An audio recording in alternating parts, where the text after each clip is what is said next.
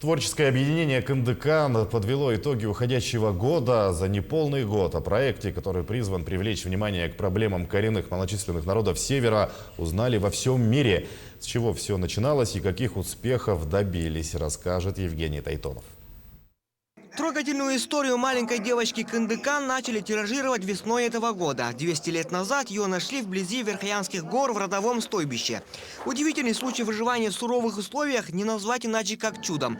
Кындыкан стала символом стойкости, силы духа, самобытной ценности коренных малочисленных народов Севера. С апреля месяца у нас проведено 4 научно-исследовательских экспедиции познавательных с участием также Ильи Варламова, известного блогера страны, благодаря которому его репортажи 2 миллиона человек узнали о бытии и вообще в целом о народе эвенах. С фотоблогером Александром Мазуровым, который сделал шикарный фоторепортаж, который разошелся далеко за пределами России.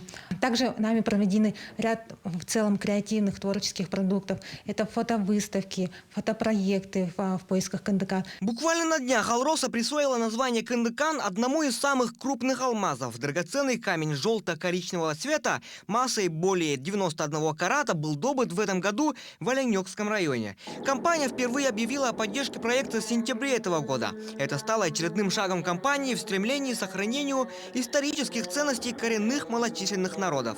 Он должен быть в любом случае некой такой формой, не только которая представляет там вот эвенский народ, да, но и представляет как бренд представителей всех коренных малочисленных народов. На первом этапе, ну как республики, да.